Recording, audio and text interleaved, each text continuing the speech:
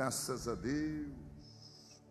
Saúde a todos na paz do Senhor Jesus, amém? Quem está feliz com Jesus, diga amém. Está feliz com o Senhor, levanta as duas mãos para o alto, dê a melhor glória que você pode dar ao nome do Senhor. Agora olha para essa pessoa que está perto de você, pega na mão dele assim, com cara de profeta, e diga para ele: você está com a cara de milionário hoje.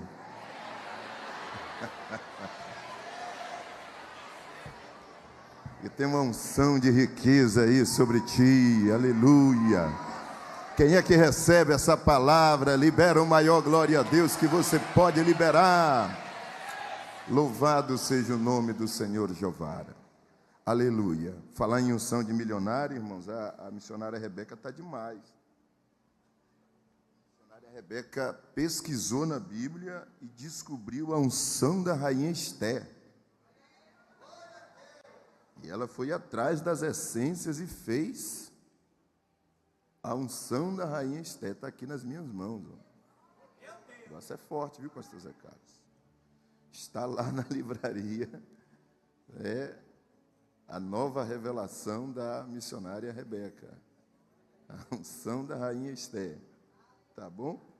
E nosso material que está lá também, livros, bíblias, você pode adquirir lá na nossa livraria, tá bom? Gente, fique em pé em nome do Senhor Jesus. Estou entrando mais cedo hoje, para a gente ter mais tempo para estudar. Quem está animado aí para estudar? Levante as mãos. Então, fique em pé em nome do Senhor Jesus Cristo. Abram a Bíblia Sagrada. Abram a Bíblia Sagrada. No livro de Malaquias. Eita, que tem crente só de falar desse livro e já começa a tremer todinho. Mas hoje nós iremos aprender muito sobre esse princípio. Está ali meu amigo Messias, o cara mais fotogênico de Manaus. Deus abençoe. Malaquias 3:10, quantos encontraram, digam amém. Malaquias, capítulo de número 3 e o versículo de número 10. Eu vou pedir do Decon, a versão da minha Bíblia é a Nova Almeida Atualizada. NAA, eu estou lendo ela. Eu gosto de ler todas as versões e eu estou na leitura dessa versão. Aí. Tragam todos os dízimos à casa do tesouro, para que haja mantimento na minha casa. Próximo, ponham-me à prova. Algumas versões diz, e depois provai-me nisto. Outras diz, fazei prova de mim, diz o Senhor dos Exércitos. Se eu não vos abrir as janelas do céu, e não derramar sobre vós uma bênção sem medida, bênção sem medida, bênção sem medida, bênçãos. Pastor, o que é bênção sem medida? É algo que o ser humano é incapaz de dar uma dimensão de quantidade. Está preparado para receber uma bênção dessa? Olha para quem está perto de você e diga aquilo que Deus vai te dar. Não, fala forte, diga aquilo que Deus vai te dar. Será tão grande que medidas humanas não irão conseguir determinar tamanhos. Quem é que acredita nisso aí? Quem crê? Quem crê? Quem crê? Quem crê? Levanta a mão para o alto. Pai, nós oramos ao Senhor, bendizemos ao teu nome, te engrandecemos pelo teu amor, pela tua bondade, pela tua fidelidade. Fala o nosso coração nesta noite, nos ensina através da tua palavra, para a honra e glória do teu santo nome, em nome do Senhor Jesus. Amém e amém. Pode sentar, desocupar as mãos e dar uma salva de palmas bem alegre ao nome do Senhor Jesus.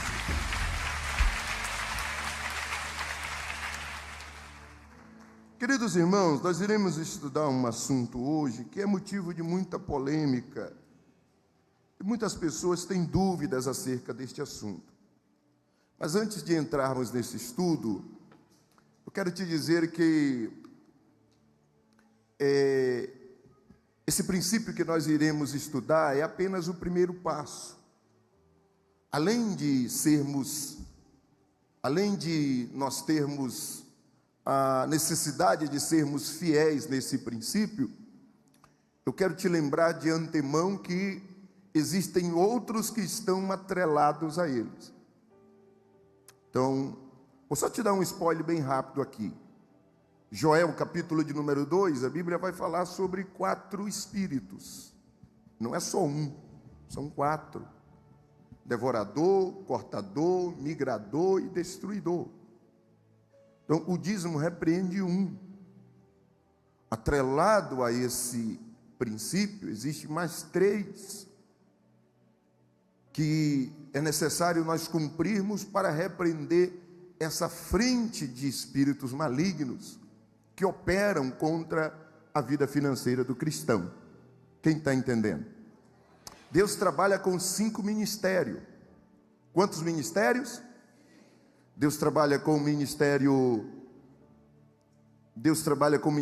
profético, Deus trabalha com o ministério evangelístico, Deus trabalha com o ministério pastoral, Deus trabalha com o ministério de mestre e Deus trabalha com o ministério apostólico. Satanás, ele trabalha com 4 ministérios. Todas as vezes que você vê alguma menção acerca de obras malignas, é sempre operando em 4 frentes, em 4 dimensões. Então, esta hoste, esta legião, eles trabalham dividido em 4 frentes.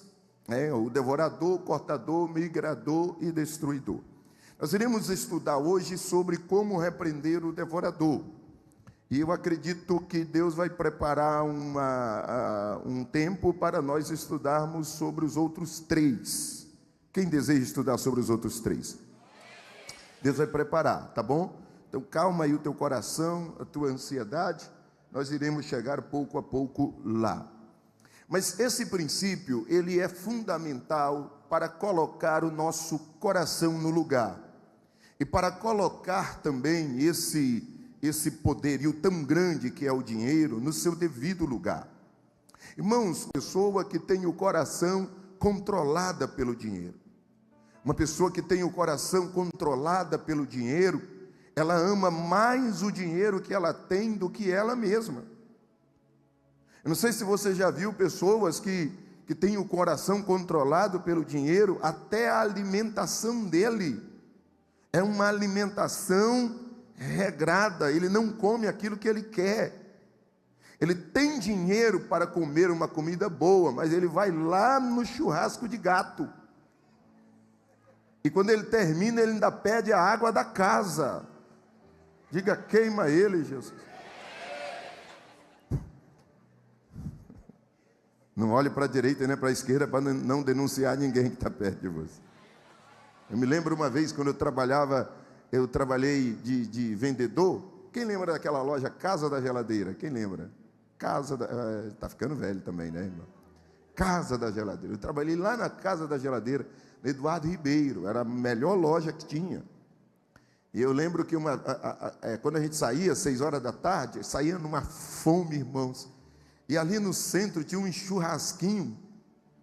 Eita, que de longe sentia o cheiro do churrasco. E uma vez eu cheguei lá, irmãos, com um amigo meu. Era o melhor vendedor que a gente tinha na loja. Ele vendia muito, mas o sujeito era assim. Ele pediu um churrasquinho com 4 pedacinhos de carne. E ele começou a comer e pedir farinha. Me dá mais farinha. E o homem dava farinha.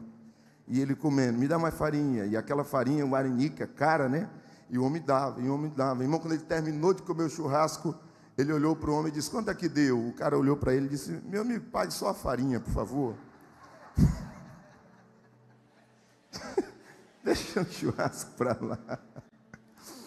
As pessoas que têm o coração controlado por Mamon, eles têm essa característica. Agora, antes de nós entrarmos nesse assunto, deixa eu te dar uma alerta.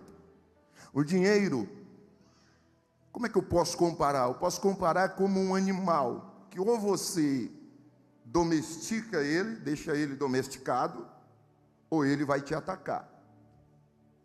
Toda pessoa que não consegue colocar o dinheiro no seu devido lugar, e o dinheiro no seu devido lugar, quando eu falo, é submeter ele aos princípios divinos, cedo ou tarde será vencido pelo dinheiro. Toda pessoa que não controla essa área da sua vida, cedo ou tarde ele vai aprontar alguma coisa e pode prestar atenção que o dinheiro vai estar envolvido. Ou ele vai começar a arrumar uma nova amante, né? Ou ele vai começar a fazer coisas erradas em busca de ganhar mais dinheiro, mas de alguma forma ele vai começar a quebrar princípios em busca de mais dinheiro. Então, quando você submete esse senhor chamado Mamon ao Senhor maior, que é o nosso Deus, você coloca o dinheiro no seu devido lugar e o seu coração fica protegido. E aí eu te garanto, o dinheiro não terá poder de fazer com que brechas venham se abrir no seu caminho para que você venha sair ou pecar contra Deus. Quando você é fiel a Deus, nesse princípio que nós iremos estudar agora, eu te garanto em nome do Senhor Jesus que o teu coração é blindado, é guardado, é protegido. O temor de Deus aumenta na sua vida e você vai ter uma vida cristã abençoada, edificada pela presença do Espírito Santo. Quem é que acredita nisso aí? Levante a mão, libera a maior glória que você pode liberar. Olha para quem está perto de você e diga: ou você coloca o dinheiro sob o controle de Deus, ou ele vai te controlar. Nesse livro que eu tenho aqui, é muito importante que vocês leiam, dízimo, tenho mesmo que devolver. Eu falo nesse livro que o dinheiro é o único que faz frente com Deus pelo controle do coração do homem. E quem controla o teu coração consegue controlar todo o teu corpo. E por que eu digo isso? Porque vamos supor que isso aqui seja Deus, e isso aqui seja R$1 milhão.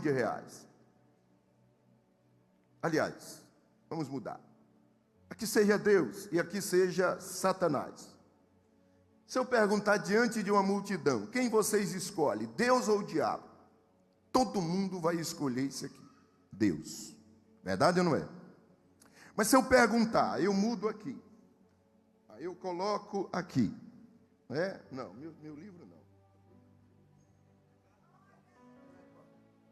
Vou mudar. Aqui o diabo. Eu não posso colocar o meu livro para simbolizar o diabo. O diabo. Aqui R$1 milhão. Se você perguntar para uma multidão a quem eles escolhem, novamente eles irão escolher 1 milhão. O diabo vai perder de novo. Ninguém quer o diabo é muito feio, irmãos. Agora, quer ver a guerra ficar travada? Se eu pego aqui Deus e 1 milhão, e perguntar para uma multidão, olha, aqui tem Deus e R$1 milhão que vai cair na tua conta agora, vai ser no Pix. Quem você vai escolher? Tem gente que já está coçando a cabeça ali, ó. Sabe que iria ter pessoas que iriam escolher o dinheiro e no coração dele ele ainda diria: depois eu peço perdão a Deus. Então, por aí você nota como é forte o poder desse Senhor chamado dinheiro. No livro que nós lemos, Malaquias capítulo 3, versículo de número 10, se você observar, esse é o versículo que é mais usado quando se fala desse princípio. E se você observar nessa leitura, você vai observar que a palavra dízimo, ela está no plural e não no singular.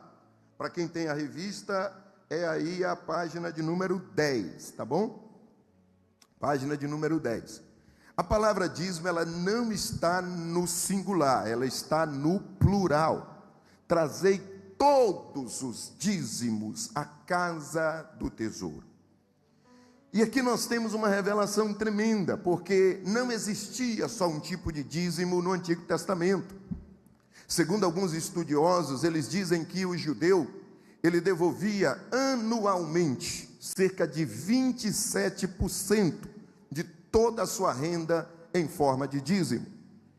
Eles devolviam eles praticavam cerca de 4 tipos de dízimo, sendo que 3 era praticado pelo povo em geral e 4 era praticado pelos levitas e pelos sacerdotes, porque os levitas e os sacerdotes, além deles receberem dízimo, eles também tinham que dar o dízimo do dízimo. Nós iremos estudar essa parte.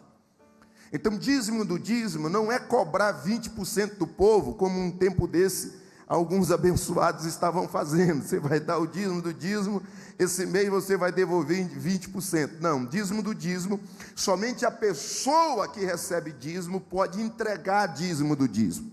Somente uma pessoa que tem o seu salário lastreado em dízimo pode devolver dízimo do dízimo. Quem está entendendo? Porque a palavra já diz tudo. Eu recebi meu salário de dízimo, então eu vou tirar o dízimo do dízimo que eu recebi. Amém? Então presta atenção, esse texto ele falava acerca de quatro tipos de dízimos diferentes. E de onde, pastor, começa tudo isso? Aonde está a origem de tudo isso? A origem de tudo isso está no livro de Gênesis, capítulo 14, a partir do verso de número 18.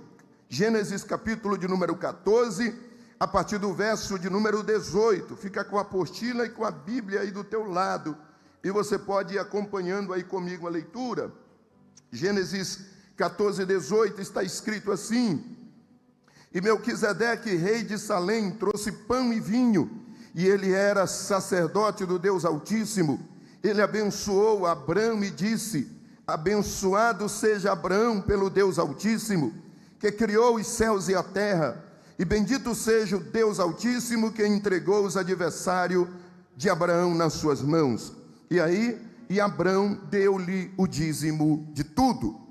Qual é o contexto dessa história? Na teologia, existe um princípio chamado o princípio da primeira menção. O que é o princípio da primeira menção? Todas as vezes que eu tenho uma dúvida sobre algum assunto, sobre alguma coisa, eu tenho que pesquisar na Bíblia aonde aquele assunto é mencionado pela primeira vez.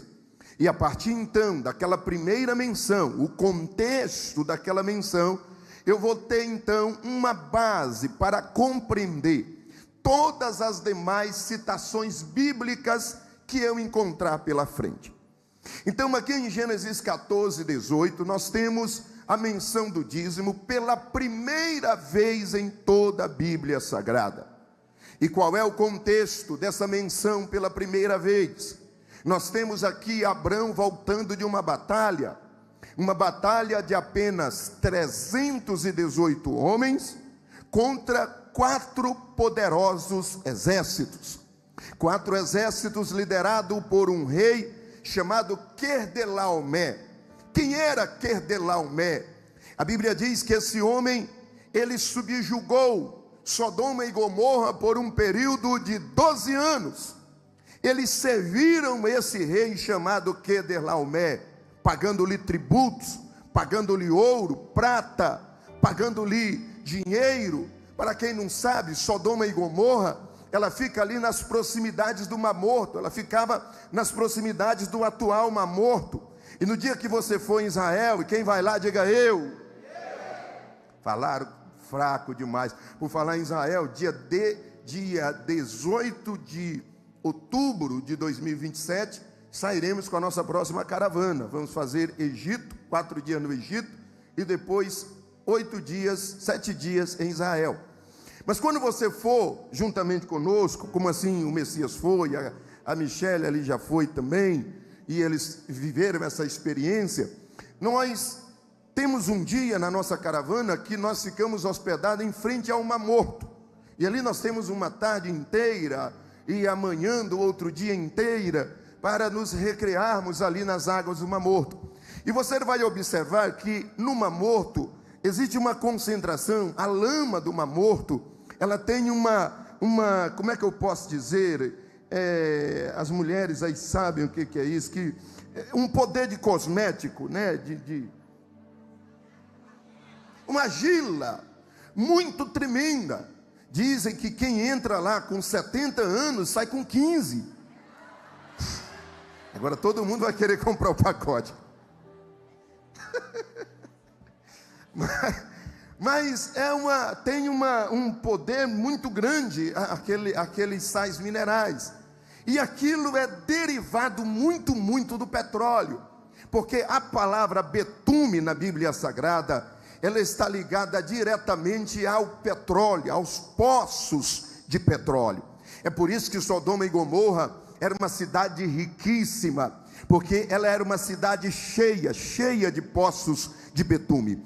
E se não bastasse ela ser cheia de poços de betume, ela também estava situada no vale mais próspero que existe em Israel. Volto a dizer, quem foi em Israel sabe que aquele vale, ele é verde como o jardim do Senhor, assim como a Bíblia diz. Na frente do vale, atrás do Mar Morto, nós temos a cordilheira do Monte Nebo. O que é o Monte Nebo, pastor? Lá no livro de Deuteronômio, quando você lê, você vai ver que ali foi o último lugar que Moisés subiu. De lá de cima ele olhou, e a Bíblia diz que ele viu todo aquele vale verde, como o jardim do Senhor. E ali ele contemplou a terra prometida, mas ali ele não pôde entrar na terra prometida. Moisés, olha que coisa tremenda, Moisés é uma figura perfeita, de crente que pode ser salvo, mas não pode tomar posse da promessa. Moisés foi salvo, foi ou não foi? Mas tomou posse da promessa? Não tomou. Por quê? Quebrou um princípio, desobedeceu uma palavra. Quando eu leio isso, eu fico com medo, irmãos, me dá medo às vezes. Porque um homem como Moisés, como a Bíblia diz que não existiu profeta igual ele, que falava com Deus cara a cara, como se fala a um amigo, porque desobedeceu uma orientação, A Bíblia diz que ele chorou, querendo que Deus restituísse. Sabe o que Deus disse para ele? Moisés, não toca mais nesse assunto comigo, não fala mais disso comigo, o que eu disse está encerrado. Você era para ter falado com a rocha, você bateu nela. Irmãos, ele desobedeceu uma palavra, e por essa razão 40 anos de deserto foram jogados fora. 40 anos peregrinando foram jogados fora. Aqui você vê a importância de você obedecer princípios, porque às vezes uma instrução que Deus dá e você despreza, você pode lançar fora tudo que Deus construiu para você. Olha para quem está perto de você e diga, seja obediente. Diga, não é da tua maneira, é do jeito que Deus determinou. Diga, a fórmula de Deus funciona. Quem crê? Quem crê? Deixa eu prosseguir, porque eu estou no início ainda, na introdução. Meu Deus, alguém para aquele relógio. Mas quem está entendendo até aqui? Então aquela região de Sodoma e Gomorra, ela tinha, além de muito petróleo, ela tinha também um sistema de agricultura muito grande. O vale era muito verde. Se não bastasse isso, os poços de betume também era matéria-prima essencial para a construção civil. Quem se lembra da arca que Noé construiu no livro de Gênesis, e a Bíblia diz que ele vedou a arca com betume, porque aquele material, ele vedava para que não entrasse água. Então a maioria das construções naquela época era necessário ter betume. Não bastasse isso, a região de Sodoma e Gomorra também ficava em um corredor comercial, em uma via comercial. Então aqueles homens dominavam o petróleo, a agricultura, a construção civil e o comércio. Por isso que eles eram tão orgulhosos, eles eram muito ricos. Agora olha que coisa tremenda, a maior fonte de orgulho deles era o petróleo. E é por isso, irmãos, que quando Deus ele destrói Sodoma e Gomorra, ele destrói com fogo, bolas de fogo começam a cair do céu. Agora olha que coisa terrível, quando aquelas bolas de fogo começam a cair, aquele fogo cai em cima dos poços de petróleo. Então era fogo de cima e fogo de baixo. Aquilo começou a explodir. Qual é a lição espiritual que temos aqui? Pergunta de mim qual? tudo aquilo que orgulha demais o teu coração será a base para a tua própria destruição. Aquilo que é muito orgulho para você, está orgulhoso demais do teu carro? Cuidado, ele pode ser uma porta para uma queda. Está orgulhoso demais da empresa, é por isso que você não tem tempo para vir ao trabalho, à igreja. Claro que não tem ninguém assim, mas já viu aquele tipo de crente que quando estava desempregado ele era fiel, depois que Deus dá uma empresa para ele, ele não tem mais tempo de vir à igreja? Está orgulhando? Cuidado, isso pode ser uma porta para uma queda. Pega na mão de quem está perto de você, diga: aquilo que Deus te deu jamais vai te separar da presença dele.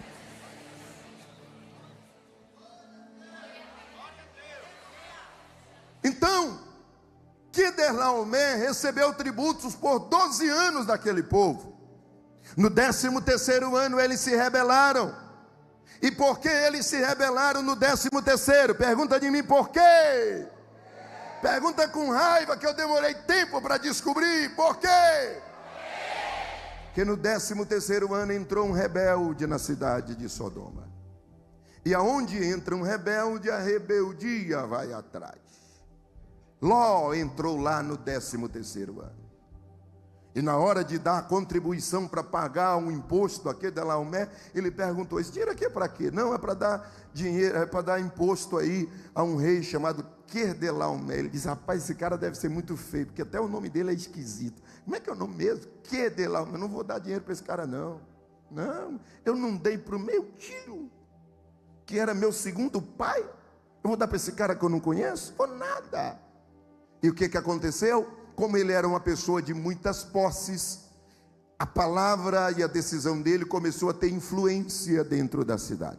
A Bíblia diz que Ló, quando os anjos chegaram, você vai ver no texto, eu não vou mostrar texto por texto porque é muito tempo, e eu quero também que você depois pesquise e abra a Bíblia para ler. Mas se você ler no texto, você vai ver que quando os anjos chegaram para tirar Ló de lá, a Bíblia diz que ele estava à porta de Sodoma. Aquela palavra sentado à porta, ela não é uma palavra ali aleatória. Toda pessoa que se sentava à porta de uma cidade significava que ele era um juiz. Somente juízes se sentavam à entrada de cidades para julgar a causa do povo. Então Ló, apesar de ele ser um estrangeiro, ele adquiriu uma influência tão grande, tão rapidamente dentro daquele povo, que ele rapidamente se tornou juiz dentro de Sodoma. E como juiz, a decisão dele de talvez não dar imposto, de se rebelar, influenciou a rebelião. Irmãos, não ande com gente rebelde. Não tenha amizade com gente rebelde. Não tenha aliança com pessoas rebeldes. A rebeldia é uma porta para a miséria. A rebeldia é uma porta para a destruição. Ló entrou naquela cidade rico, próspero, saiu de lá miserável, só com a roupa do corpo. Porque todo rebelde pode até prosperar, mas cedo ou tarde ele vai perder tudo que ele adquiriu. Olha para quem está perto de você, dá um cutucão nele, diga: dá um glória a Deus, para fingir que essa palavra não foi contigo, pelo amor de Deus. Só que Ló, apesar de ele ser tão mal agradecido, ele era parente. Quando Abraão soube que o sobrinho dele tinha sido levado, Abraão coçou a cabeça e diz: rapaz, o bicho é ruim, mas é sobrinho, vamos lá. Tem aquele tipo de parente, rapaz, o camarada é um mala sem alça, mas é primo, vamos ajudar, né? Vamos fazer alguma coisa. Então, quando Abraão soube disso, ele foi lá resgatar a Ló, reuniu 318 homens, e Abraão conseguiu fazer o que 5 exércitos não conseguiu, com apenas 318. E aqui nós temos outra revelação poderosa, mas eu só vou falar se eu ver vocês, se eu perceber que vocês estão interessados em saber qual é. Qual é o segredo de Abraão ter vencido 5 exércitos com apenas 318? Pergunta de mim qual? Uma pequena palavra. A Bíblia diz que aqueles 318 eram homens nascidos na sua casa. Eram homens que tinham sangue de Abraão. E quem é filho não guerreia pelo salário. Quem é filho guerreia pelo sangue. Quedorlaomer tinha soldados que dependiam de salário, de soldo. Abraão tinha filhos que tinham ligação com o sangue. Pastor, qual é essa revelação? Vou falar de uma forma mais profunda. Uma família unida é mais poderosa do que 5 exércitos que se levantarem contra ti. Pega na mão de quem está perto de você, seja profeta de Deus para ele. Diga: Satanás não vai dividir a tua família. Esse é o objetivo do diabo, dividir a tua família. Ele sabe que se dividir a tua família, a vitória será fácil. Mas profetiza para ele, diga: não haverá rebelião. Tua família vai permanecer unida, protegida, debaixo do sangue. Quem é que toma posse dessa palavra?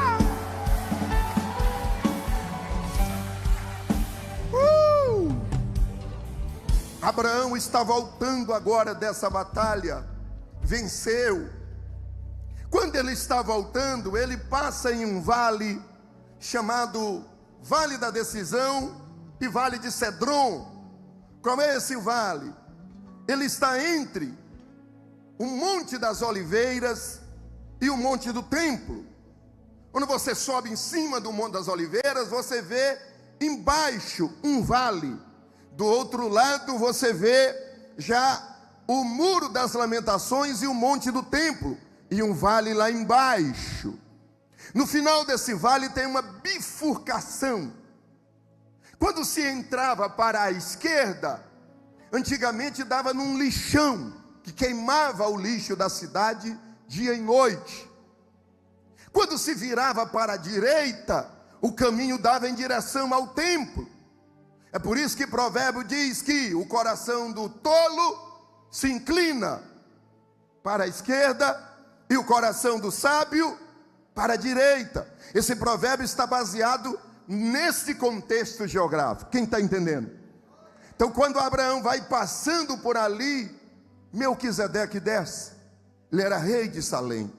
Ele chega diante de Abraão, olha para ele. Gênesis 14, 18, ele diz: bendito seja Abraão, servo do Deus Altíssimo, que entregou os seus inimigos nas suas mãos. E a Bíblia diz que quando Melquisedeque fala essas palavras, Abraão lhe entrega o dízimo de tudo. Aqui nós temos o contexto da entrega do primeiro dízimo registrado na Bíblia. Qual é o contexto da entrega do primeiro dízimo? Abraão estava voltando de uma grande batalha. Então, Abraão, ele reconhece que se não fosse Deus que tivesse lhe dado aquela vitória, ele não teria voltado com aquela bênção nas mãos. Então nós temos aqui o primeiro pilar, um ato de reconhecimento da soberania de Deus. Abraão olha para Melquisedeque e ele reconhece também em Melquisedeque a autoridade de um sacerdote. Então Abraão entrega o dízimo na mão de Melquisedeque, porque ele reconhece que aquele homem era um homem de Deus, era um sacerdote, e que ele tinha autoridade sobre ele.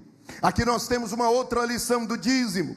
O dízimo não pode ser entregue por dó, por pena, porque eu senti pena que alguém está passando fome, eu vou dar o dízimo para ele. Você não pode, pelo princípio bíblico, fazer isso, porque quando fazemos isso, você está transformando o dízimo em esmola, e Deus não é mendigo.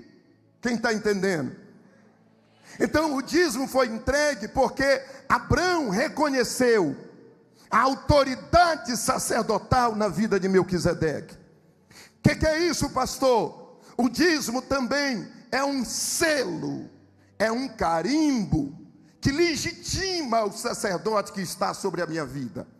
Então todas as vezes que eu devolvo o dízimo, eu estou reconhecendo que eu tenho um pastor sobre mim, que eu tenho um sacerdote sobre mim. Quem está entendendo?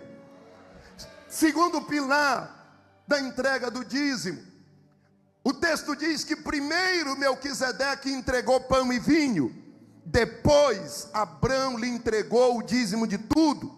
Primeiro Abrão recebeu, depois ele entregou. Qual é a lógica disso, pastor? Pergunta de mim qual?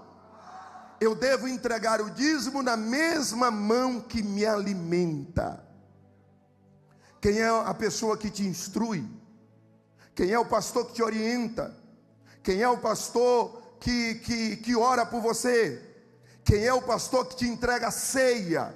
É essa pessoa que tem que receber dízimo das tuas mãos. Não é aquele profeta mal acabado, como diz o pastor Alderi, aquele bocó, que vai lá na tua casa, e esse tipo de profeta gosta de ir só na casa de gente rico. Você não vê esse tipo de profeta indo na casa de uma viúva? Vai nada. Ele só vai profetizar na casa de rico. Diga, queima ele, Jesus. E sabe o que ele faz? Ele vai com o interesse de pegar dízimo. Então não é aquele tipo de pessoas que você deve entregar dízimo na mão dele, não. Eu recebi uma profecia aqui que eu vi um anjo descer, pastor, vou entregar o dízimo na mão dele. Não, você deve entregar na mão da pessoa que te orienta, que te dá suporte, que ora por você, que te instrui, que vai dar conta da tua alma perante Deus. A Bíblia diz que os nossos pastores, eles velam pela nossa vida como quem vai dar conta de nós diante de Deus. Então é essa pessoa que é digna de receber o nosso dízimo. Quem está entendendo? E outra coisa, vamos acelerar, senão não vai dar tempo. Meu Deus, o relógio já... Vamos lá. Quarto ponto, o dízimo também foi entregue por Abrão como uma expressão de gratidão a Deus, uma forma de agradecer a Deus pela vitória que Deus tinha lhe dado. E o quinto pilar, o dízimo foi entregue como uma expressão de honra. A honra não é dada a quem precisa, a honra é dada a quem merece. A quem honra, honra. Quem entendeu até aqui? Então Abraão viu todas essas características em Melquisedeque, e por essa razão ele entregou o dízimo de tudo nas suas mãos. Dízimo também é um ato de reconhecimento. Deuteronômio capítulo 8, a partir do versículo de número 18, a Bíblia diz que eita, que deu um pane aqui na mente. Deuteronômio 8, 18, lembrei do capítulo e do versículo. Antes se lembrarás do Senhor teu Deus, porque é Ele que te dá forças para adquirires riqueza. Presta atenção, tudo aquilo que você diz que é seu, daqui a alguns anos você vai morrer. Pastor, que é isso? Todos nós, irmãos, todos nós, se Jesus não voltar antes, todos nós iremos pelo mesmo caminho. E tudo aquilo que você bate no peito, diz que é seu, vai ficar para trás. Na verdade, nu nós viemos para este mundo, nu também sairemos dele. A primeira pessoa que nos deu banho foi um estranho. A última pessoa que nos dará banho também será um estranho. A primeira roupa que nós vestimos não foi nós que escolhemos. A última que nós vestiremos também não será nós que iremos escolher. A casa que você diz que é sua, não é sua. O carro que você diz que é seu, não é seu. A empresa que você diz que é sua, também não é seu. Tudo vai ficar para trás. Essa é a maior prova que o homem não é dono de nada. Deus é dono de todas as coisas. Por isso ele é digno de ser honrado.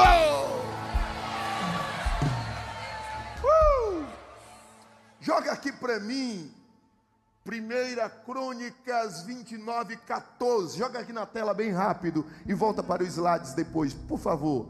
1 Crônicas 29, 14. Eu acho que é 1 Crônicas 29, 14. Primeiro livro de Crônicas, capítulo 29, o verso de número 14. Glória a Deus, glória a Deus, glória. Aqui, ó.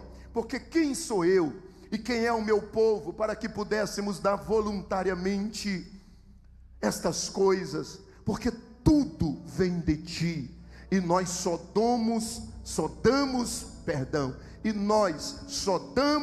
o que vem das tuas mãos. O que é que Davi está dizendo? Senhor, essa oferta que eu entreguei para o Senhor, na verdade não é minha, na verdade eu estou apenas devolvendo uma pequena parte daquilo que o Senhor já me deu.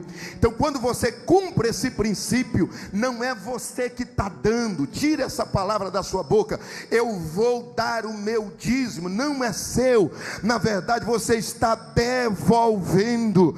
Antes de você devolver 10, Deus te deu 100. Para quem levantou a mão, eu vou profetizar, e aquilo que Deus tem te dado, Ele vai multiplicar. Prepara-se, porque haverá multiplicação em tudo aquilo que Deus tem derramado na tua vida. Teus celeiros serão cheios, irão fartar, irão transbordar. Deus vai mandar 100 vezes mais. Quem entendeu até aqui? Quem entendeu? Aqui nós temos, né? Não vai dar tempo a gente explicar muito isso aqui, né? O dízimo antes da lei de Moisés. Romanos capítulo 2, versículo de número 14, vai falar sobre a lei natural. Deixa eu dar uma explicação bem rápida. Eu não sei se você já parou para pensar como que uma pessoa que nunca ouviu falar de Jesus será salva. Como que essa pessoa vai ser julgada, Como que essa pessoa vai ser julgada? Uma pessoa que nunca ouviu falar de Jesus. Livro de Romanos capítulo 2, versículo 14, vai mostrar como essas pessoas serão julgadas. Elas serão julgadas pela chamada lei natural.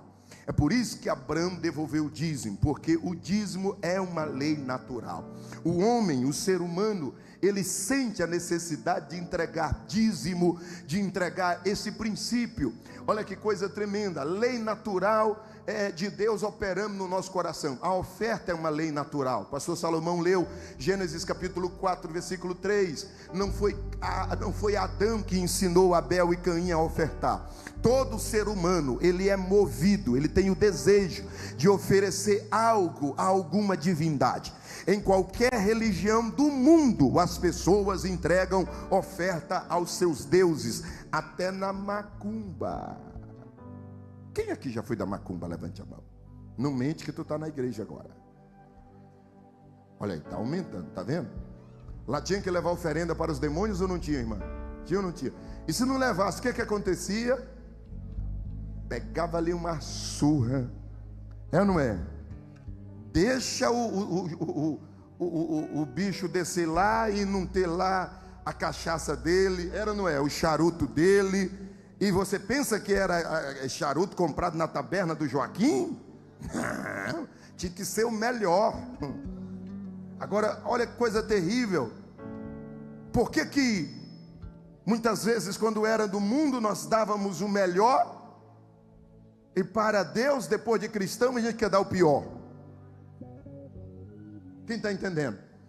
Então, em qualquer religião do mundo, a oferta, ela é uma lei natural. A proibição do adultério é uma lei natural. Gênesis 20, versículo de número 9, vai falar sobre Abimeleque e Abraão. Quando Abimeleque chega diante de Abraão, e ele diz para Abraão: por que você me induziu a cometer um pecado tão grave? Mas a lei de adultério ainda não está escrita. Como é que ele sabia que aquilo era pecado?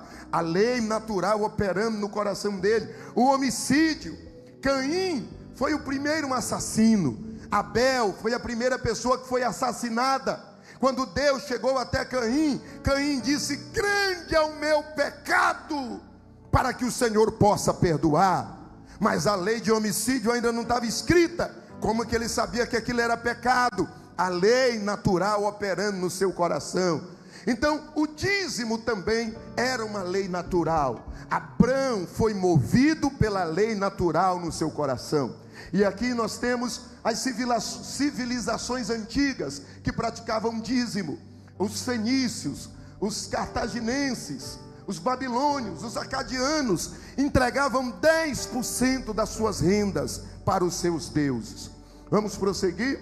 E aqui nós temos o dízimo na lei, no Novo Testamento, e o valor do dinheiro. Vamos correr para ver se dá tempo a gente estudar tudo, que ainda tem perguntas e respostas. Olha aqui, 4 tipos de dízimo dentro do Antigo Testamento. Quem lembra que eu falei que era 4 tipos de dízimo? Quem lembra? Quem lembra? Vai passando aí, vai passando a tua revista. Vai passando a tua revista. Isso aí já é na página 19, na tua revista. Página 19, capítulo, vamos lá. Os 4 tipos de dízimo na lei. Vamos lá. O primeiro dízimo que eles devolviam era o chamado Maaser Rishon. Era o chamado Maaser Rishon. Está lá em Números capítulo 18, versículo de número 21. Quando Deus fala a Arão e diz: eis que aos levitas eu tenho dado todos os dízimos. Observe que o dízimo era de Deus, mas Deus entregou nas mãos dos levitas, pelo trabalho que eles exercem dentro da casa do Senhor. Então os levitas foram uma única tribo que não recebeu herança dentro de Israel. Como eles não receberam uma herança dentro de Israel, eles serviam no altar. Então Deus deu como recompensa o recebimento dos dízimos de todo o povo de Israel. Qual era a função do dízimo? Sustentar aqueles que serviam na casa do Senhor. E aqui eu preciso abrir um parênteses para você entender algo muito interessante. Malaquias 3,10 está escrito: trazei todos os dízimos à casa do tesouro, para que haja mantimento. Não é manutenção, é mantimento. Então o objetivo principal do dízimo foi sustentar quem serve no altar. Esse é o objetivo, para que haja mantimento na minha casa. Então presta atenção, olha que coisa tremenda. E por que isso é tão importante? Porque tanto, eu já expliquei isso na aula passada, tanto a bênção como a maldição, ela manifesta-se através de pessoas. Dentro desse ambiente, para Deus te abençoar, é necessário Ele usar uma pessoa. É verdade ou não é? Se você chega aqui e alguém diz: hoje teremos o culto, e se você chega e está só o microfone aqui, vem aqui, tem como você sair abençoado daqui? Perguntar de novo, tem como? Não tem. Porque alguém que carrega a presença de Deus, é necessário pegar esse microfone para transmitir do alto uma profecia, uma bênção para a tua vida. Então entenda uma coisa: todas as vezes que você devolve dízimo, você não está honrando paredes, você está honrando aquele que é usado para abençoar a tua vida. Então você não pode de maneira nenhuma devolver o dízimo pensando na conta de luz, pensando nas cadeiras, pensando no microfone. Porque na hora de ser abençoado, você não pega o microfone e coloca e diz assim: me abençoa. Na hora de ser abençoado, quem é que coloca a mão na sua cabeça? É um homem de Deus, é isso ou não é? Então quando você devolve, você tem que devolver com um coração grato e dizer: eu estou devolvendo, porque esse lugar eu sou abençoado, e esse homem de Deus carrega a presença de Deus na vida dele. Então eu estou devolvendo para honrar a presença que está na vida deste homem. Quem entendeu? Então, qual é o princípio? Deixa eu tirar aqui, irmão, que eu estou suando. Qual é o princípio? Aqueles que se dedicam à obra de Deus, obrigado, pastor Eduardo, também devem ser sustentados por ela. E aqui nós temos o segundo dízimo. Esse segundo dízimo também é maravilhoso. Deuteronômio capítulo de número 14, versículo de número 22 ao 27, vai nos falar sobre o Maaser Sheni. Era o segundo dízimo que eles devolviam na época da lei. Como que esse dízimo era entregue? Deuteronômio 14, 22 até o 27. Como que ele entregue? Esse dízimo ele era entregue nos anos 1, 2, 4 e 5, dentro de um ciclo de 7 anos. Pastor, o que é um ciclo de 7 anos? Para você entender, você vai ter que ler esse livro aqui. Eu também não vou perder tempo te ensinando. Vai lá na livraria e compra. Mas, falando sério, irmão, eu não tenho tempo, porque o horário está avançado. Ciclo de 7 anos. Leia aqui, você vai aprender sobre ciclo de 7 anos. A terra funcionava e funciona em ciclo de 7. Então todas as plantações em Israel eram feitas baseadas dentro dos ciclos de 7 anos. Os primeiros 3 anos de um ciclo, eu digo que não vou falar e termino falando. Os primeiros 3 anos de um ciclo, eles eram conhecidos como anos amargosos. Está lá em Levítico, capítulo 19, versículo de número 23. Isso aqui não está, eu estou te dando aqui de bônus. Levítico 19, 23, está escrito: ao fim de quando entrares na terra que o Senhor teu Deus te dá por herança, durante 3 anos os frutos da terra serão amargos. O que Deus estava dizendo? Os primeiros 3 anos vocês não vão colher como vocês estão pensando que vão colher. Os primeiros 3 anos serão anos amargosos. Então essa regra e esse princípio dos primeiros 3 anos, eles se manifestam em todas as áreas da nossa vida. Se você vai abrir uma empresa, os primeiros 3 anos daquela empresa, você não pode tirar dinheiro lá à torta e à direita, você vai quebrar ela. Os primeiros 3 anos são anos que você tem que fortalecer aquela empresa. São os anos que você tem que preparar aquela empresa. São anos de dificuldade, são anos que você vai ralar muito. É um tempo para você construir a tua marca. Apenas depois de 3 anos, as pessoas terão mais confiança em você. As pessoas verão você com mais seriedade. Então você vai conseguir fazer mais aliança, você vai conseguir expandir. E deixa eu profetizar sobre a vida dos empreendedores, para aqueles que ainda estão nos anos amargos. Esses anos amargosos vão passar.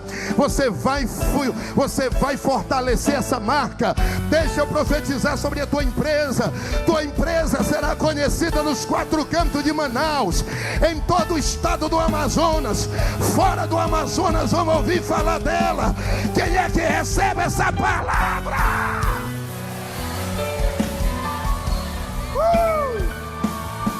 Em um relacionamento, os primeiros 3 anos também são anos de conhecimento. Você nunca vai conhecer uma pessoa antes de 3 anos total. Pergunta de mim por quê? Porque uma pessoa é conhecida pelos frutos que ela produz. E para produzir frutos não se produz assim tão rapidamente. Agora tem um mistério: ninguém consegue manter 2 caras por mais de 3 anos. Jesus conviveu com seus discípulos durante 3 anos. Durante 3 anos, Judas tirou dinheiro da bolsa, Judas mentiu, Judas trapaceou, mas no 3º ano ele se manifestou. Olha para quem está perto de você, pega na mão dele e diga: todo Judas que está perto de você, vai cair a máscara.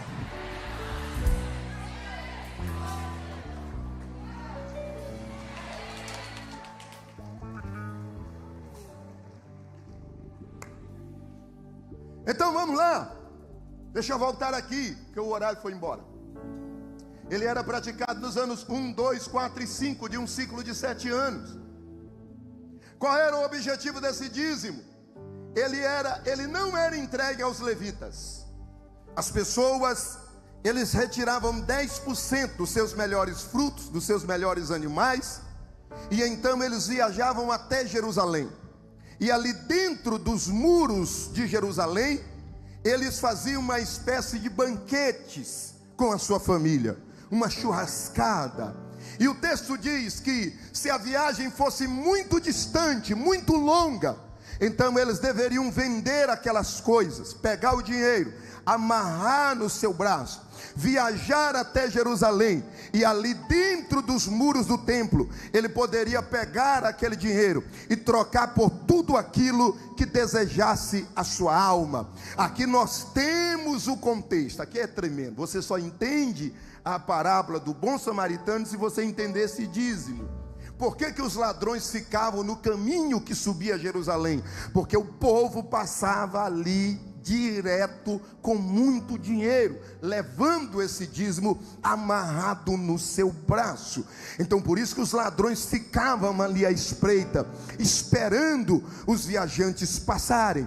Então quando eles chegavam ali, eles iam até os cambistas, eles compravam aquilo que eles desejavam, e ali então, dentro dos limites de Jerusalém, eles celebravam com a sua família, eles se reuniam e eles comiam. E qual era o segredo desse dízimo? Pergunta de mim, qual que eu quero falar?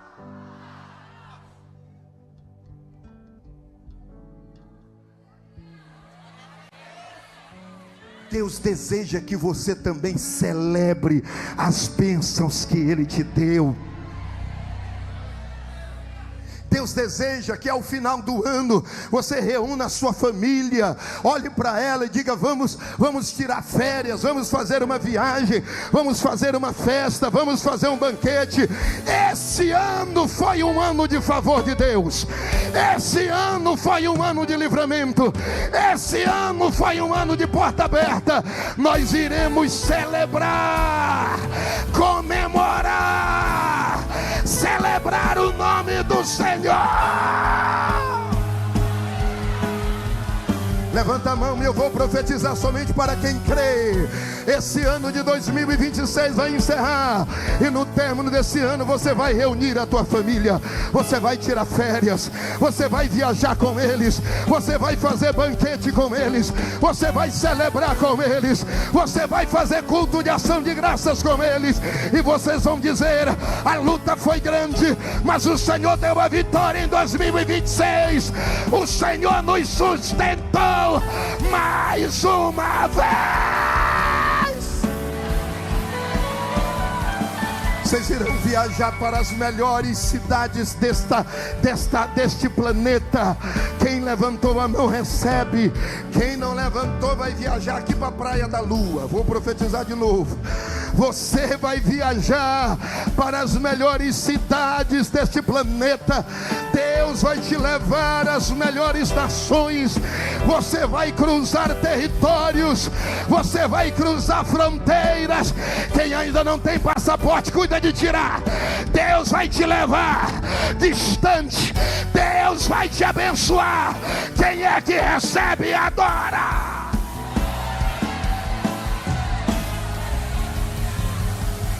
Não cutucando a pessoa que está perto de você, diga: aproveita para tirar foto comigo enquanto tu pode.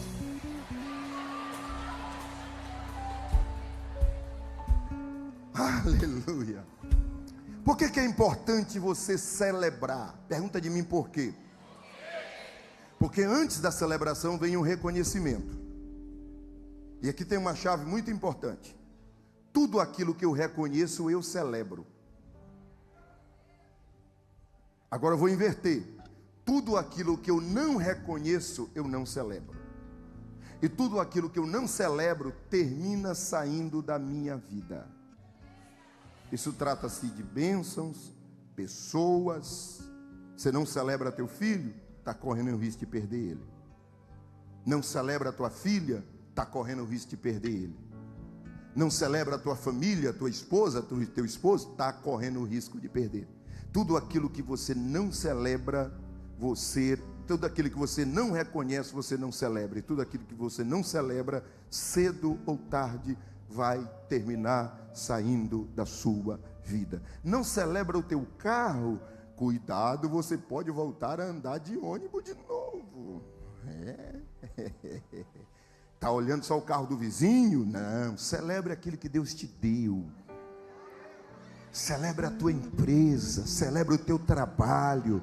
Ah, pastor, mas eu comecei a trabalhar agora. Celebre. Tem gente saindo 5 da manhã atrás de emprego. Deus abriu uma porta para você. Celebre, se alegra, porque todas as vezes que você celebra, Deus acrescenta mais sobre a tua vida. Quem é que pegou essa chave? Levanta a mão e diga: glória. Jesus, me ajuda. Deixa eu correr. Pastor Zé Carlos, acho que não vai dar tempo. É muita coisa. Aí nós temos uma Seani, que é o chamado dízimo do pobre. O dízimo do pobre, ele era entregue nos anos 3 e 6, dentro de um ciclo de 7. Dentro de um ciclo de 7 anos, no terceiro ano eu deveria também, além de devolver o dízimo do levita, eu devolvia também o dízimo do pobre. Como era o dízimo do pobre? E aqui deixa eu me aproximar para vocês pegarem melhor isso aqui. O dízimo do pobre está lá em Deuteronômio capítulo 14, versículo de número 28 até o 29. Seria interessante vocês olharem isso aí com calma, porque tem uma chave aí muito interessante. 14, 28, versículo 28 e 29. Deuteronômio capítulo 14, versículo 28 e 29. Ao fim de cada 3 anos, tirem todos os dízimos do fruto do terceiro ano e o recolham nas cidades de vocês. Aí olha a sequência. Então virão os levitas, porque não tem parte na herança com vocês. Virão os estrangeiros, os órfãos e as viúvas que moram nas cidades de vocês, e comerão e se fartarão. Então esse dízimo, que era o dízimo do pobre, ele era tirado a cada 3 anos. E quando ele tirava o dízimo do pobre, então eles colocavam ali nas cidades armazém, que recebiam esse dízimo. E quando eles colocavam nas cidades armazém, observam a sequência. Em primeiro lugar, o levita tinha preferência. Pastor, mas peraí, mas ele já não recebia o primeiro dízimo, por que ele vai pegar até o dízimo do pobre? Pergunta de mim por quê? Primeiro o levita, depois os pobres. Pergunta de mim por quê? Vamos supor, como é o nome do irmão? Leilson. Vamos supor que o Leilson, a empresa do Leilson tenha 1000 funcionários. Só um deu glória a Deus, Leilson. Vou repetir. A empresa do Leilson tenha 1000 funcionários. Aí no final do ano o Leilson diz assim: eu vou dar uma grande ação social. Vou dar cesta básica para todo mundo que tem aqui no bairro. É uma ação bonita? É ou não é? Só que para o Leilson fazer isso, ele não pagou o salário dos funcionários. Eu pergunto e vocês respondem: é justo? Vou perguntar de novo: é justo? O que os funcionários vão dizer? É muita cara de pau um camarada desse, dando cesta básica para morador de rua, para viúva, para órfão, e eu aqui com a minha família, trabalhei o mês todo, não tenho dinheiro para comprar minha cesta. É injusto ou não é? A mesma regra se aplica no mundo espiritual. É por isso que o levita vem na frente, porque o levita, ele trabalha no altar, ele serve a Deus, e Deus é o melhor patrão que existe no universo, o mais justo que existe no universo. Então por isso que não é justo alimentar os de fora, sem antes suprir as necessidades dos que estão em casa. Primeiro os de casa têm que ser supridos, depois os de fora nós iremos atender. E aqui joga por terra de novo aquela teoria que você tinha na sua cabeça: vou pegar o dízimo, vou dar para os necessitados. Como que você vai fazer isso, se a preferência que a Bíblia dá é socorrer primeiro a obra, os de casa? Quem entendeu? Está vendo como de qualquer jeito está errado? Diga glória a Deus. Deixa eu correr aqui. O Jeter veio para cá hoje cedinho, irmão, preparou um microfone aqui, eu coloquei, não me senti bem, isso que estranho, não, deixa o microfone aqui mesmo. Vamos lá, aqui ó, eu acho que não vai dar tempo para a gente trabalhar tudo, vamos parar aqui, né? Aqui nós temos um mistério. Todo dinheiro carrega uma origem espiritual. Isso aqui, devolver o dízimo, tem vários benefícios. E eu quero que você entenda que em nenhum momento o dízimo ele é obrigado. Dízimo é um ato de uma pessoa generosa, que reconhece a bondade de Deus na sua vida. Quem está entendendo? Então, aqui nós temos um dos benefícios. tenho vários para citar. Aqui no livro tem vários, mas o tempo não dá. Mas aqui nós temos um dos maiores benefícios de você devolver o dízimo. Todo dinheiro carrega sobre si a origem, o espírito para o qual ele foi dedicado. Todo dinheiro, ele carrega sobre si 4 elementos. Todo dinheiro, ele tem uma origem, um propósito, uma intenção e uma dedicação espiritual. Repete comigo: origem, mais forte, origem, propósito, intenção, dedicação espiritual. O que é que isso significa? Pergunta de mim o quê? Todas as vezes que chega um valor nas tuas mãos, o mundo espiritual faz um raio-x. Primeiro raio-x que ele faz: qual a origem desse dinheiro? Segundo raio-x que ele faz: qual é o propósito desse dinheiro? Terceiro raio-x que ele faz: qual a intenção desse dinheiro? Quarto raio-x: como esse dinheiro será dedicado no mundo espiritual? Então, observe que no mundo físico, e eu sempre uso essa regra quando em seminários, Hebreus 11:3, as coisas físicas são cópias das coisas espirituais. No mundo físico existe um departamento da polícia chamado Departamento de Combate à Lavagem de Dinheiro, é isso ou não é? Então o que esse departamento ele tenta identificar? A origem do dinheiro que circula, a intenção do dinheiro que circula. Só que esse departamento, irmão, ele fura todo dia, ele falha todo dia, porque é um departamento conduzido por pessoas humanas. Então é lógico que vai ter furo, mas esse departamento não fura. Ele sabe exatamente de onde veio o dinheiro que chegou na tua mão, a intenção, o propósito, como ele será dedicado, tudo. Depois que ele passa esse raio-x, é que ele determina se aquele dinheiro é um dinheiro puro ou um dinheiro impuro. Se é um dinheiro que pode ser trazido ao altar, ou se é um dinheiro que não pode ser trazido ao altar. Por exemplo, Deuteronômio 23, versículo 18. Olha o que está escrito: não trarás o salário de uma prostituta à casa do Senhor. O que ele está dizendo? Dinheiro de uma prostituição, o Senhor não aceita. Dinheiro de um crime, o Senhor não aceita. Dinheiro de uma corrupção, o Senhor não aceita. É por isso que Zaqueu, quando ele olhou e viu Jesus dentro da casa dele, ele olhou para Jesus e disse: Senhor, eu tomei uma decisão. Jesus olhou e disse: qual foi a decisão, Zaqueu? Ele disse: hoje eu decido, metade dos meus bens eu vou dar para os pobres.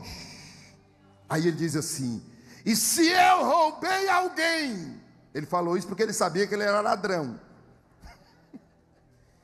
Eu vou restituir para quem eu roubei. Quando ele falou isso, Jesus olhou para ele e disse: epa, hoje entrou salvação nessa casa. Por que Jesus se alegrou tanto com a atitude de Zaqueu? Porque Zaqueu estava fazendo o caminho de volta. Se Zaqueu pegasse aquele dinheiro e fosse dar como oferta a Jesus, ele não teria recebido. Porque fazer justiça é fazer o caminho de volta. O que é isso, pastor? Se eu enriqueci às custas de roubo, exemplo, um político enriqueceu roubando dinheiro da saúde, se converte, como que ele vai se redimir diante de Deus? Ele tem que pegar parte da riqueza dele e ele tem que dar agora para hospitais, para instituições que cuidam de pessoas com câncer, com doenças terminais. Ele vai estar fazendo o caminho de volta. Então Deus vai aceitá-lo perante a sua face. Uma pessoa que enriqueceu às custas de vendas de drogas, ele se converte.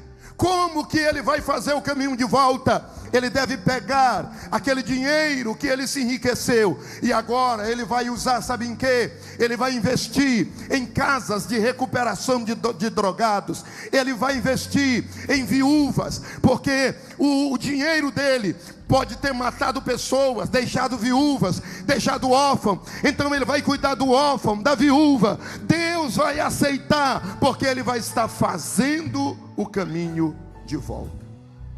Quem entendeu até aqui? Quem entendeu? E aqui, pastor, qual é o exemplo que nós temos? Lá em Mateus capítulo 27, versículo de número 3. Abram a Bíblia de vocês e acompanhem lá. Mateus capítulo 27, versículo de número 3. A Bíblia diz: e Judas, vendo que Jesus tinha sido condenado, trouxe arrependido as 30 moedas de prata. E chegando diante dos principais dos sacerdotes, lhe entregou e diz: pequei, traindo sangue inocente. E eles disseram: que nos importa? Isso é contigo. E a Bíblia diz que, e Judas, lançando aquelas moedas, correu e foi se enforcar. E aí o versículo seguinte é tremendo, porque a Bíblia diz assim: e eles, deliberando entre si, disseram: não é lícito colocarmos esse dinheiro no cofre das ofertas, porque esse dinheiro é um preço de sangue. Opa! Eles entendiam esse princípio. Aquele dinheiro era um dinheiro contaminado, sujo de sangue. Não poderia ser colocado no cofre das ofertas do Senhor. Estava contaminado. Aí a Bíblia diz que eles deliberaram entre si e resolveram então comprar com aquele dinheiro um campo. Só que aquele dinheiro estava tão ensanguentado que o nome daquele campo chamou-se Campo de Sangue. E o espírito da morte estava sobre aquele dinheiro, de tal forma que aquele campo se transformou em um cemitério. Agora aqui nós temos um problema muito grave. Pergunta de mim qual? Pergunta com raiva, qual? Você não sabe de onde vem o dinheiro que chega na tua mão. Principalmente quem é comerciante. Chega todo tipo de dinheiro na tua mão. Pastor, e como eu faço? Eis aqui esse princípio, irmãos. O objetivo principal dele nunca foi encher cofre de igreja. Ele protege muito mais a nós, muito mais do que você possa imaginar. Agora, aqui tem algo tremendo. Pergunta de mim, o quê? Pergunta o quê? Aqui tem algo tremendo. Aqui tem também a necessidade grande de todo pastor também ser dizimista. Não, aqui não vai. Vamos parar aqui. Por quê? Porque a partir do momento que você devolve o dízimo, você está então arrancando o mal que pode ter vindo sobre as suas finanças e trazendo para cá. Só que quando o líder recebe, isso vem para ele. É por isso, irmãos, eu desconfio disso. Isso é uma tese minha. É por isso que no nosso meio tem tanto escândalo. Infidelidade no altar. Pessoas que recebem dízimo. Dízimo que veio de tudo quanto é a origem, que ele não sabe nem de onde vem. Mas ele não é dizimista. Então aquele mal começa a ir acumulando sobre ele. Acumula sobre os filhos, sobre a casa. É por isso que você vê pastor virando o que não deveria virar, homossexual. É por isso que você vê pastor do nada usa drogas, cai. Ninguém cai da noite para o dia. Ninguém. Todo grande incêndio, os bombeiros têm esse ditado: todo grande incêndio começa com uma pequena faísca. A queda começa com uma coisa que eles acham que não tem nada a ver. Mas a fidelidade no altar protege a vida do ministro. E eu vou te explicar da forma mais simples possível. Pastor Zé Carlos, vem cá. Pastor Zé Carlos, pastor Leal, vem cá. Pastor Eduardo França, vem cá. O pastor Valcimar, vem cá. O pastor Israel. Pastor Zé Carlos, vem aqui. Fica bem aqui. Vem aqui. Vamos já orar. Vamos já. Pelo menos 2 perguntas eu vou liberar para fazer, porque o horário já estourou. Mas vem aqui. Vem aqui. Está aqui o pastor José Carlos. O pastor José Carlos é pastor de uma grande igreja. E alguém chega com ele para dar um dízimo de 50 mil reais. Ninguém deu glória a Deus. Levanta a mão e diga: eu vou dar um dízimo desse. Eu vou devolver. Quem crê, quem crê, quem crê, quem crê. Então, chega aqui e devolve um dízimo de 50 mil reais nas mãos do pastor José Carlos. Ele é dizimista. Se ele é dizimista, ele é pastoreado. Todo pastor tem que ser pastoreado. Tem um pastor sobre ele. Então ele vai tirar então 10% de 50 mil. 10% de 50 mil quanto é? 5 mil. Então ele vai tirar 5 mil, vai devolver na vida do pastor Eduardo França. O pastor Eduardo também é dizimista. Então ele vai exercer o princípio. 10% de 5 mil quanto é? 10% de 5 mil quanto é? Então o pastor Eduardo vai tirar 500 e vai entregar na mão da sua cobertura espiritual, que é o pastor Leal. Pastor Leal também é dizimista. Ele vai tirar 10% de 500. 10% de 500 quanto é? 50. Então ele vai tirar 50 reais e vai entregar na mão da sua cobertura espiritual, que é o pastor Valcimar. Vem cá mais o pastor Gilcivan, me deu até branco na mente. Vem cá o pastor Francisco também, corre aqui. Então, quanto é o dízimo dele? 50, até me esqueci. Então, ele recebeu 50, certo? Ele vai também ser dizimista, vai tirar 10% de 50, quanto é? 5, ele vai tirar 5 reais, vai entregar na mão da sua cobertura. Esse aqui também é dizimista. Ele vai então tirar 10% de 5 reais, quanto é? 50 centavos. Observe, isso não se trata de valores. Dízimo é fidelidade, não importa a quantidade, devolva. Quem está entendendo? Então ele vai tirar aqui 50 centavos e vai entregar nas mãos da sua cobertura espiritual do pastor Gilcivan. Pastor Gilcivan também é um homem de Deus, dizimista. Então ele vai tirar 10% de 50 centavos. 10% de 50 centavos quanto é? 5 centavos. Sobrou 5 centavos para ti, pastor. 5 centavos. Tem como tirar 10% de 5 centavos? Tem. Observa. Começou com 50 mil. Foi caindo, foi quebrando, foi quebrando, foi quebrando, até sumir aqui. Lembra da primeira onda, segunda onda, terceira onda do Covid? Lembra? Esse mal é semelhante a um vírus. Ele vai perdendo a força, perdendo, quando vai praticando esse princípio, passando de um para o outro, sendo dizimista, dando 10% da vida do outro, na vida do outro, na vida do outro, até aquilo ser eliminado totalmente. Se ele não é dizimista, ele retém tudo nele, vai reter tudo nele, mas ele vai ter que ter lombo também para aguentar as pancadas.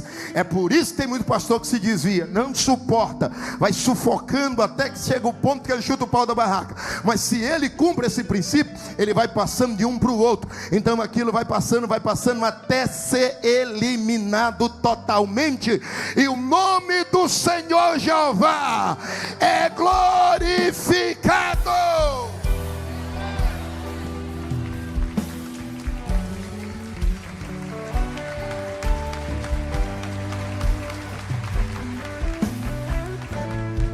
Quem entendeu até aqui? Quem entendeu? Quem entendeu? Irmãos, são 9h29. O tempo voou. Tem um microfone aí? Um microfone. Pastor, pastor Gilcivan ali. Léo, qualquer um. Pastor Eduardo está aí também. Vamos lá. Tem alguém que quer fazer uma pergunta? Você só dá um sinal com a mão. O pastor Gilcivan, esse grande homem, vai correr até você. Ele não vai levar hoje o cacetete, vai levar o microfone.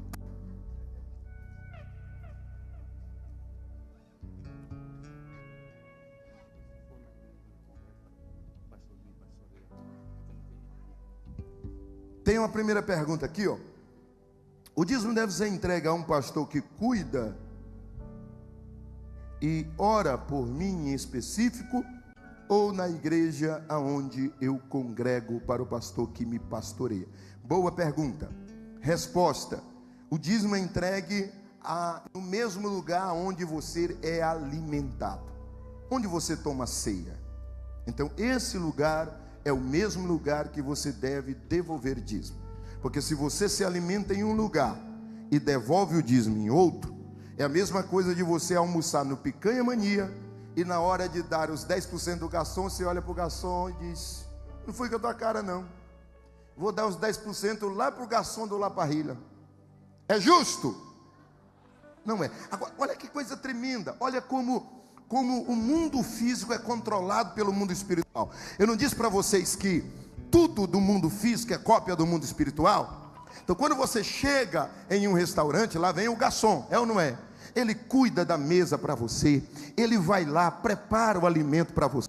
Se a picanha tiver com um pouquinho de sangue, você diz: não sou vampiro não, volta lá com esse negócio e tira o sangue, eu não quero sangue. Aí ele vai lá, passa de novo, volta. Quando ele tá e você se sente bem alimentado, irmãos, quando você gosta da comida, você paga com gosto, é ou não é?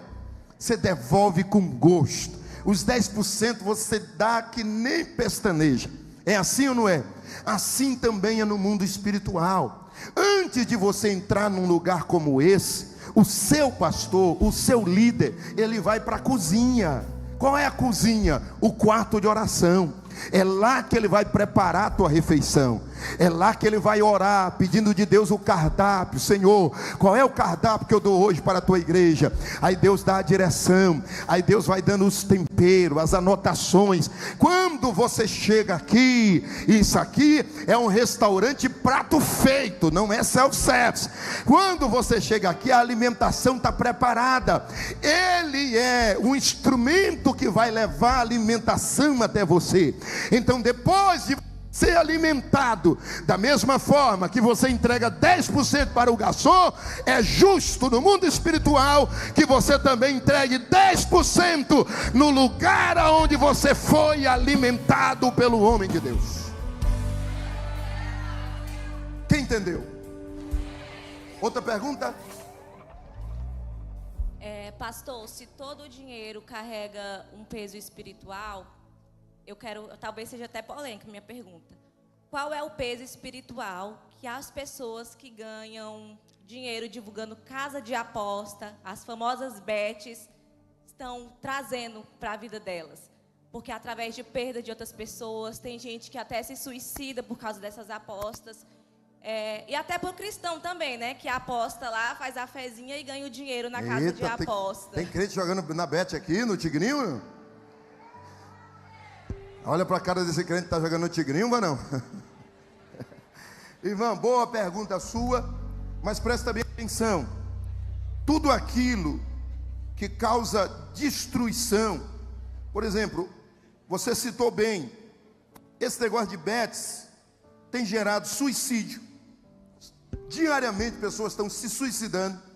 Então esse recurso também é um recurso que tem sangue, ensanguentado. Alguém está enricando às custas da morte de alguém, da desgraça de alguém, da destruição da família de alguém. Esse dinheiro, ainda que ele chegue aqui, devolva como dízimo, Deus não recebe. É um dinheiro amaldiçoado. A única forma de ele se redimir com Deus é fazer o caminho de volta. Pegar o dinheiro que ele ganhou com essa riqueza, a riqueza que ele ganhou com essas apostas, e agora aplicar em casas de recuperação, de pessoas viciadas, ajudar pessoas que estão passando por algum processo por conta disso. Isso é fazer o caminho de volta, tá bom? Tem que usar esse recurso nesse sentido e não devolver dízimo, tá bom? Deu para entender? Deu? Próxima pergunta. O senhor disse que todo dinheiro possui uma origem, né? Uma origem espiritual. Digamos aqui, vou dar o exemplo aqui de Judas, né? Da moeda de sangue. Digamos que uma pessoa vai dar à casa do tesouro, ou dar ao pastor um dinheiro não lícito, né? E o senhor disse que essa parte espiritual pode cair para cima desse pastor também. Então, o que o pastor deve fazer para não vir essa parte espiritual, essa coisa ruim do dinheiro para o pastor? Primeiro ponto, se o pastor recebe esse dízimo sem saber a origem, o princípio que nós demos o exemplo aqui vai funcionar. Agora, se ele recebe sabendo exatamente de onde veio, Não funciona isso aqui. Não funciona. Então, como que a vida do ministro vai ser protegida? Através do exemplo que nós demos aqui. Então, lá no livro de Números, capítulo de número 18, Números, capítulo de número 18, a partir 18, versículo de número 29, 26. Fala aos levitas e diga-lhes o seguinte: quando vocês receberem dos filhos de Israel os dízimos que eu lhes dou por herança, desses dízimos vocês me apresentarão uma oferta ao Senhor, que será o dízimo dos dízimos. Então, o ministro, ele só é protegido quando ele também é dizimista. Ninguém está acima dos princípios de Deus. Se eu ensino sobre dízimo, eu devo ser o primeiro a ser dizimista. Se eu recebo dízimo, eu também devo ser o primeiro a ser dizimista. Porque fazendo isso, eu estou protegendo não apenas a minha vida, mas eu estou blindando também as minhas gerações, as minhas descendências. Amém? Deu para entender? Próxima pergunta, tem aí? Próxima. Paz, senhor. Paz. Pastor, o senhor falou aí sobre você recebeu como comerciante. Porque tem uns que sabem de onde vem a origem do dinheiro. E o comerciante que o senhor falou? Porque, vamos dar um exemplo. O comerciante colocou um produto e vem terceiras pessoas comprar. Mas que produto? Não, comerciante, vamos dizer... Um produto, qualquer produto, né? Vamos dizer, uma pessoa que vende um bolo, uma pessoa que vende roupa. Aí chegou, como o senhor acabou de falar aí. E aí aquela pessoa está com dinheiro ali ilícito, vamos dizer, de um furto, de um tráfico, de uma prostituição. E aí aquela comerciante, ela é dizimista. Como é que vai passar? Se às vezes a pessoa não sabe. Exatamente. Porque tem gente que sabe a sua origem. Um CLT sabe a sua origem, de uma venda. E pessoas que é comerciante. Porque o senhor falou aí, agora isso aí ficou... Pois é, mas quando você devolve os 10%, você está blindando a tua casa. Então, todo e qualquer mal que veio sobre os teus recursos, ele é automaticamente passado adiante. O resto que fica na tua mão fica santificado. Se você devolve os 10%, os 90% então fica santificado nas suas mãos. Entendeu? Você praticou o princípio, você então está resguardando a sua vida. Quando nós somos dizimistas, lá no livro de Hebreus, capítulo de número 7, não vai dar tempo de mostrar para vocês, mas em Hebreus 7, diz que quando Abrão, ele entregou o dízimo a Melquisedeque, até Levi, que estava dentro de Abrão, que ainda não tinha nascido, naquele dia também foi abençoado. O que isso está dizendo? Quando eu sou fiel nesse princípio, os meus filhos, Mateus, Rebeca, estão sendo abençoados. Os filhos que eles terão, serão também protegidos. Os netos que eles terão, também serão protegidos. Porque abençoa não somente a mim, mas as minhas gerações. Pegou? Próxima pergunta. Paz do Senhor, pastor. Pastor, eu gostaria de entender melhor a aplicação desses dízimos. O senhor aqui diz, né, sobre vários dízimos. Eu queria saber, o senhor pratica esses dízimos? O senhor oferta? Porque aqui está falando sobre os dízimos da lei. A gente vive no Novo Testamento. Então, eu gostaria de saber... porque não deu tempo de chegar nessa aula. Ok, mas aí eu já fico essa minha dúvida. Bora lá. E eu gostaria, a partir disso, entendendo que a gente deve fazer aplicação desses princípios, como de forma prática a gente pode dizimar, né? Cumprir esses princípios. Porque aqui, né, ele fala de dízimo anual. Então fica meio complicado. Vamos lá. Eita, já é 9h40. Vamos lá. 1, 2, 5. Como é que a gente pode, forma prática, fazer? Deixa eu lhe responder. Vamos lá. Na morte de Jesus, todas as leis cerimoniais foram eliminadas. Por exemplo, o Maaseh Sheni, que é o segundo dízimo, não tem como ele ser mais praticado hoje, porque era um dízimo cerimonial. Ele era devolvido apenas dentro dos muros de Jerusalém. Tinha que viajar até Jerusalém e devolver esse dízimo lá. Então hoje não tem como mais praticar esse dízimo. O dízimo do pobre, que é o Maaseh Sheni, era um dízimo que era devolvido de 3 em 3 anos, né? Dentro também de Jerusalém. Então hoje ele também não tem como ser praticado, porque também ele era um dízimo devolvido ali dentro das portas de Jerusalém, e ele era devolvido de 3 a cada 3 em 3 anos. Agora olha que interessante, quando Jesus morreu, ele nos devolveu ao princípio de todas as coisas. Nós voltamos novamente à graça. Todos os dízimos que eu expliquei foram dízimos da lei, e hoje nós voltamos a viver novamente debaixo da graça. Então quando nós retornamos a viver debaixo da graça, nós nos damos agora de cara com o mesmo dízimo que Abrão apresentou. Esse é o dízimo que aparece lá em Hebreus, capítulo de número 7, e mostra Jesus como sumo sacerdote segundo a ordem de Melquisedeque. Então ali nós temos a base do dízimo que nós devolvemos hoje. O mesmo dízimo que Abraão devolveu. O dízimo que foi devolvido ainda na época da graça, antes da lei. E como que esse dízimo foi devolvido? Foi devolvido por honra, por gratidão, por reconhecimento. Foi devolvido por reconhecimento da presença de Deus na vida do sacerdote. Então essa é a base do dízimo que nós temos hoje. O dízimo que nós praticamos hoje é o mesmo dízimo que Abraão praticou no princípio, porque hoje nós voltamos de novo ao tempo da graça, ao princípio de tudo.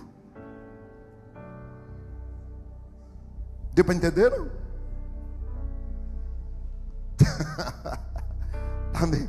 Leia o livro Dízimo, tenho mesmo que devolver. Lá está mais explicado ainda, e qualquer dúvida vai tirar, que o horário está bem avançado. Mas é isso. O dízimo que nós praticamos hoje é o dízimo de Abrão, o dízimo do princípio.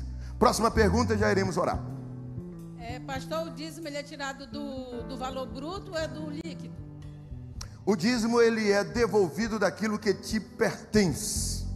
Então eu entendo que é devolvido do líquido. Exemplo, se você é uma pessoa empreendedora, você deve primeiro pagar os seus fornecedores, os materiais que você comprou dos seus fornecedores, e aí então você vai ter o lucro que a sua empresa teve, e é dali que você devolve os 10% para a obra do Senhor. Entendido? Mais uma pergunta? Fica de pé. Irmãos, é muita coisa. Eu acho que a gente vai precisar de mais uma quarta. Hã? É muita coisa. Aqui a gente ia fácil até meia-noite. Tem muita coisa ainda. Agora presta bem atenção. Observe que talvez você está vivendo coisas que você talvez nem sabia, não tinha nem noção de onde estava vindo essas consequências. Mas nessa noite eu quero orar por você. Eu quero declarar em nome de Jesus que toda e qualquer consequência que estava vindo sobre a tua casa, sobre a tua vida, talvez por falta de uma atenção maior nesse princípio, eu quero orar declarando em nome de Jesus que tudo isso está sendo anulado hoje, pelo poder e autoridade do nome de Jesus. Eu quero chamar aqui na frente as pessoas que querem hoje tomar a decisão. Pastor, eu quero tomar a decisão de ser mais atencioso nesse princípio, nessa área da minha vida.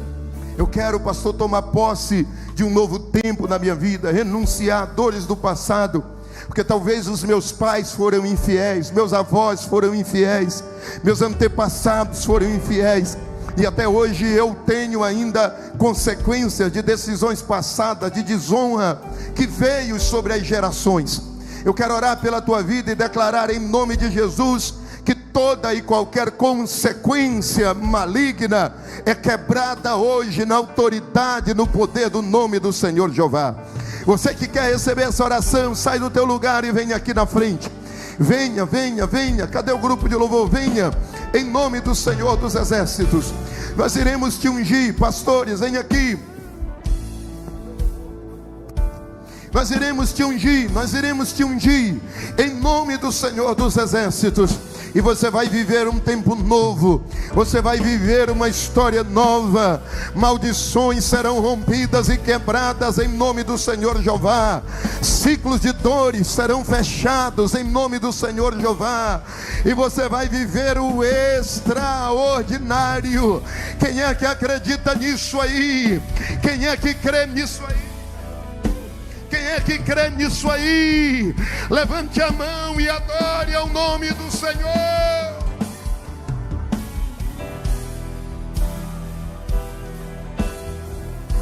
Venha, venha, venha, venha.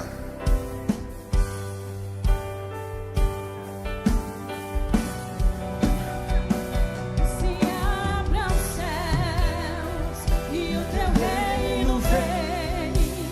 Venha. A nossa fé está no nosso Deus.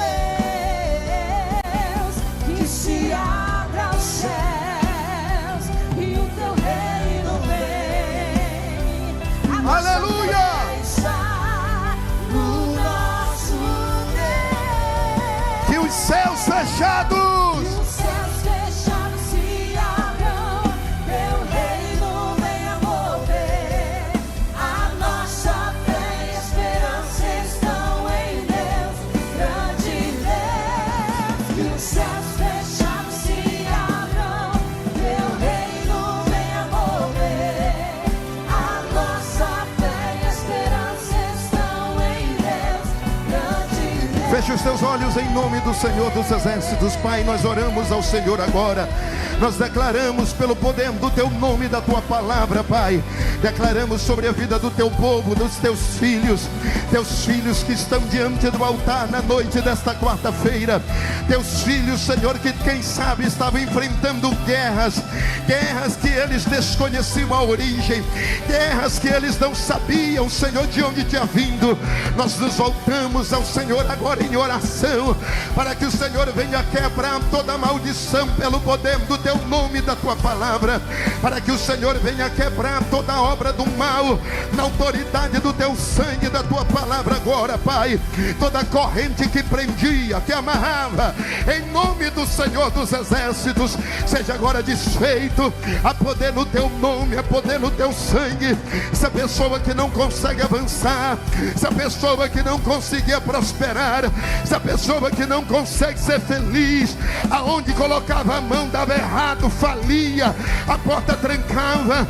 Senhor, nós declaramos agora essa maldição quebrada pelo poder e autoridade do teu nome, Pai. Aonde o teu povo colocar a planta do pé, eles serão abençoados, eles viverão as promessas, eles viverão sobrenatural. Toda palavra de maldição que foi lançada está quebrada agora, está desfeita agora, está rompida agora, na autoridade do nome de Jesus. Quebra toda miséria, quebra todo espírito de dívida, de escassez, quebra, Senhor, toda obra do mal, toda maldição que foi proferida, em nome do Senhor Jeová. Quem sabe a própria mãe diz que você nunca seria nada na vida, quem sabe até o teu próprio pai falou que você nunca iria vencer, que você não prestava. Eu repreendo essas palavras agora, eu repreendo essas maldições agora. Eu me revisto da autoridade de Deus para declarar quebrada toda maldição, para declarar quebrada toda obra do mal. Quebra, Jeová, na autoridade do teu nome. Muda histórias esta noite, muda a história do teu povo, muda a história dos teus filhos, muda a história das tuas filhas, em nome do Senhor dos Exércitos. Tua família será uma bênção, tua casa será uma bênção, teus filhos serão filhos prósperos, serão filhos abençoados, serão filhos cheios da glória de Deus. Não haverá drogados dentro da tua casa, casa não haverá prostitutos, mentirosos.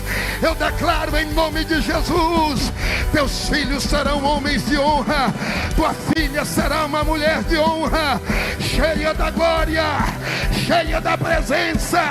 Eu me levanto em oração e eu declaro toda maldição quebrada, toda obra do mal desfeita.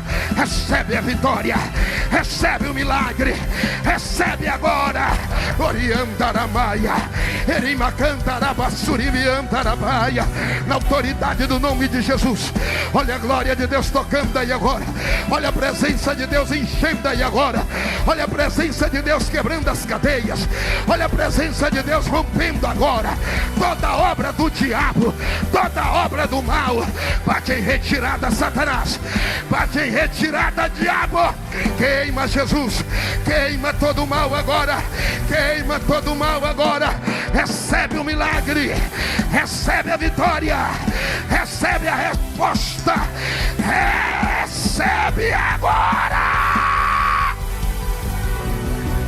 Libera bênçãos sem medidas, bênçãos sem medidas, bênçãos sem medidas, bênçãos sem medidas, bênçãos sem medidas.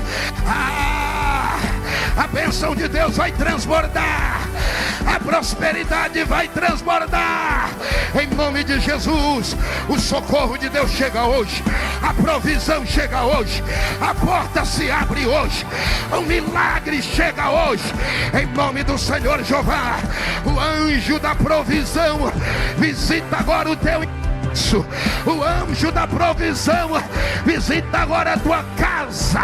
Recebe, toma posse agora, agora, receba agora.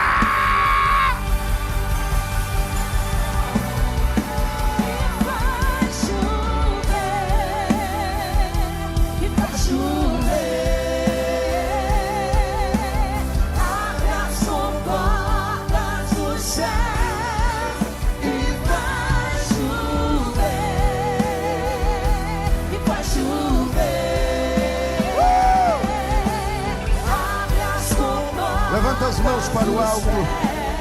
Levanta as mãos para o alto. Diga: eu tomo posse. Diga forte, diga: eu tomo posse das maiores bênçãos do Senhor na minha vida. Eu tomo posse das maiores promessas do Senhor na minha vida. Diga: eu não sou um desterrado. Diga: eu não sou um desterrado. Eu não sou um órfão. Diga: eu tenho um pai. Diga: e o meu pai, mais uma vez, cuidará da minha vida, cuidará da minha história.